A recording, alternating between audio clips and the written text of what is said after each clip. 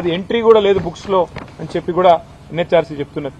Many people were neither at the spot nor went to any protest and their land is also not affected due to this project yet police have arrested such people.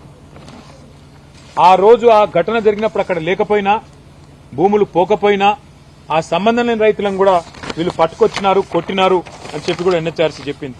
ఇంకా దారుణంగా కొన్ని మాటలు వారు ప్రస్తావించినారు. They were subjected to physical torture and were threatened not to disclose it before the judicial officer.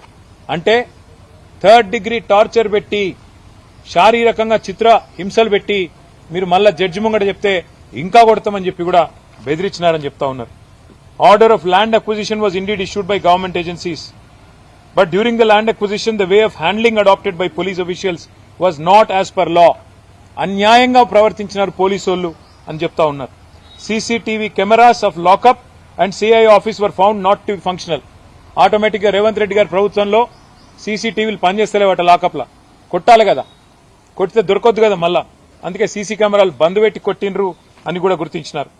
జీడీ entries were also not updated which indicate reckless attitude of police personnel. The violation of human rights of villagers by the police personnel has been found to be true. నిజంగా సిగ్గు ఇజ్జత్ మానం ఉన్న ముఖ్యమంత్రి అయితే ఈ పాటికి రాజీనామా చేస్తుండే. చిత్రహింసలు పెట్టిన మాట వాస్తవం అని ఒక రిటైర్డ్ సుప్రీంకోర్టు జడ్జి చెప్పినాక కూడా ఇజ్జత్ లేని ముఖ్యమంత్రి, నీతిమాలిన మాటలు ఆయన పార్టీ మాట్లాడుతూ ఉన్నది. అందుకే ఈ కమిషన్ ఆర్డర్ కూడా ఇచ్చింది. మాకు ఖచ్చితంగా 6 వారాల లోపల కంప్లయన్స్ చెప్పండి, ఏం యాక్షన్ తీసుకుంటారు పోలీస్ ఆఫీసర్స్ మీద అని. ఇవాళ నేను రేవంత్ రెడ్డి ప్రభుత్వాన్ని డిమాండ్ చేస్తా ఉన్నా. ఏ అధికారులైతే పోలీస్ అధికారులు ఎక్స్ట్రాల్ చేసినరో, ఏ అధికారులైతే ఇవాళ ఎన్హెచ్ఆర్సీ చెప్తున్నదో చిత్రహింసలు పెట్టినారు, ఆడపిల్లల మీద అఘాయిత్యానికి పాల్పడ్డారని వాళ్ళని సర్వీస్ నుంచి డిస్మిస్ చేయాలి. సస్పెండ్ కాదు, ఖచ్చితంగా సర్వీస్ నుంచి తొలగించాలని చెప్పి మేము డిమాండ్ చేస్తున్నాం. అట్లాగే వాళ్ళకి గిన్న న్యాయం చేయకపోతే నేను వాళ్ళందరికీ మాటిస్తా ఉన్నా, మళ్ళా పోతాం సుప్రీంకోర్టు అవసరమైతే.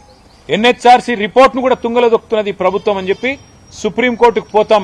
సుప్రీంకోర్టులోనే మరి మా లగచర్ల ఆడబిడ్డలకు న్యాయం జరిగేదాకా కొట్లాడతాం.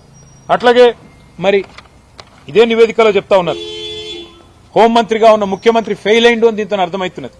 మరి హోంమంత్రి ఇప్పటివరకు నోరిప్తలేడు, ముఖ్యమంత్రి నోరిప్తలేడు. జరిగిన భూసేకరణ కూడా తప్పుడు పద్ధతుల్లో చేసినారని చెప్పి ఎన్హెచ్ఆర్సీ చెప్పింది.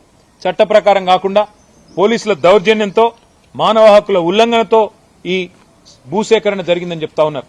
అందుకే నేను డిమాండ్ చేస్తా ఉన్నా, మీరు కనుక భూసేకరణ రద్దు చేయకపోతే, మాకు సమాచారం ఉంది హైకోర్టులో స్టే ఉన్నప్పటికీ మీరు చాటుమాటు చేసుకుంటా పోతా ఉన్నారు. ఖచ్చితంగా అది కూడా బయటకు వస్తుంది. తప్పకుండా మళ్ళొక్కసారి కోర్టు ద్వారా కంటెంప్ట్ కూడా మీరు ఎదుర్కొంటారు. చిన్న పిల్లల మీద, విద్యార్థుల మీద, ప్రభుత్వ ఉద్యోగుల మీద, అక్కడ లేని వారి మీద కూడా కేసులు పెట్టినారని చెప్పి ఎన్హెచ్ఆర్సీ చెప్పింది.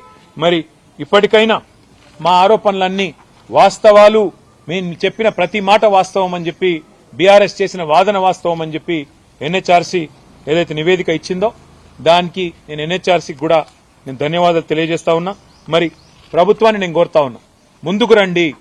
నిజంగా రేవంత్ రెడ్డి పాత్ర లేకపోతే, తిరుపతి రెడ్డి పాత్ర లేకపోతే, ఏ పోలీస్ అధికారులు ఓవర్ యాక్షన్ చేసినరో వాళ్ళని వెంటనే సర్వీస్కి వెళ్ళి డిస్మిస్ చేయండి. లేకపోతే మీ పాత్ర ఖచ్చితంగా ఉన్నది, మీరు చెప్తేనే జరిగింది అనుకోవాల్సి వస్తుంది. తప్పకుండా మీరు కనుక చర్య తీసుకోకపోతే 6 వారాల్లో మరి సీఎస్ కు డీజీపీకి ఆదేశం ఇచ్చింది ఎన్హెచ్ఆర్సీ. మీరు చర్య తీసుకోకపోతే మేం తీసుకుంటాం, మేం సుప్రీంకోర్టుకు పోతాం. ఈ ఆడబిడ్డలను అన్యాయంగా వదిలిపెట్టం, అగాధం వదిలిపెట్టం. ముఖ్యమంత్రి కూడా రాజీనామా ఎట్లాగూ చేయడు, ఆయన సిగ్గులేనోడు. కానీ క్షమాపణ చెప్పాలి. ఏ ప్రజలైతే నీ కోట్లేసి గెలిపించారో, ఏ కొడంగలు వాళ్ళని ఈ తీరుగా కొట్టినందుకు, ఆడబిడ్డల మీద చేసినందుకు నిజంగా నీకు సిగ్గుంటే క్షమాపణ చెప్పమని చెప్పి కూడా నేను రేవంత్ రెడ్డిని డిమాండ్ చేస్తా ఉన్నా.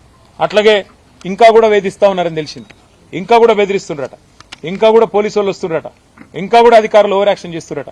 వాళ్ళందరికీ నేను చెప్తున్నా, ఎవడెవడైతే ఓవర్ యాక్షన్ చేస్తుండో 3 ఏళ్లలో మా గవర్నమెంట్ వస్తుంది, రాసి పెట్టుకుంటాం. మీ ఓవర్ యాక్షన్లు, మీ అతిలు రిటైర్ అయిపోతే కూడా నేను మళ్ళా చెప్తున్నా, ఎక్కడున్నా పట్టుకొస్తాం. తప్పకుండా హిసాబ్ కితాబ్ మొత్తం కూడా మేం చేస్తాం. ఎందుకంటే ఈ స్థాయిలో సుప్రీంకోర్టు చెప్పినాక, సుప్రీంకోర్టు రిటైర్డ్ జడ్జి ద్వారా ఎన్హెచ్ఆర్సీ చెప్పినాక కూడా మీరు ఓవర్ యాక్షన్ చేస్తే, హైకోర్టు స్టే ఉండగా కూడా రేవంత్ రెడ్డి ఆడిచ్చినట్టు ఆడితే మేము కూడా తప్పకుండా మీ పద్ధతిలోనే జవాబు చెప్పాల్సి వస్తుంది, గుర్తుపెట్టుకోమని చెప్పి కూడా అధికారులను నేను కోరుతా ఉన్నా. మరి బీఆర్ఎస్ పార్టీ లగచర్ల బాధితులకు గతంలో అండగా ఉంది, మొన్న అండగా ఉంది, ఈ రోజు అండగా ఉంది, రేపు కూడా వాళ్ళకి న్యాయం జరిగేదాకా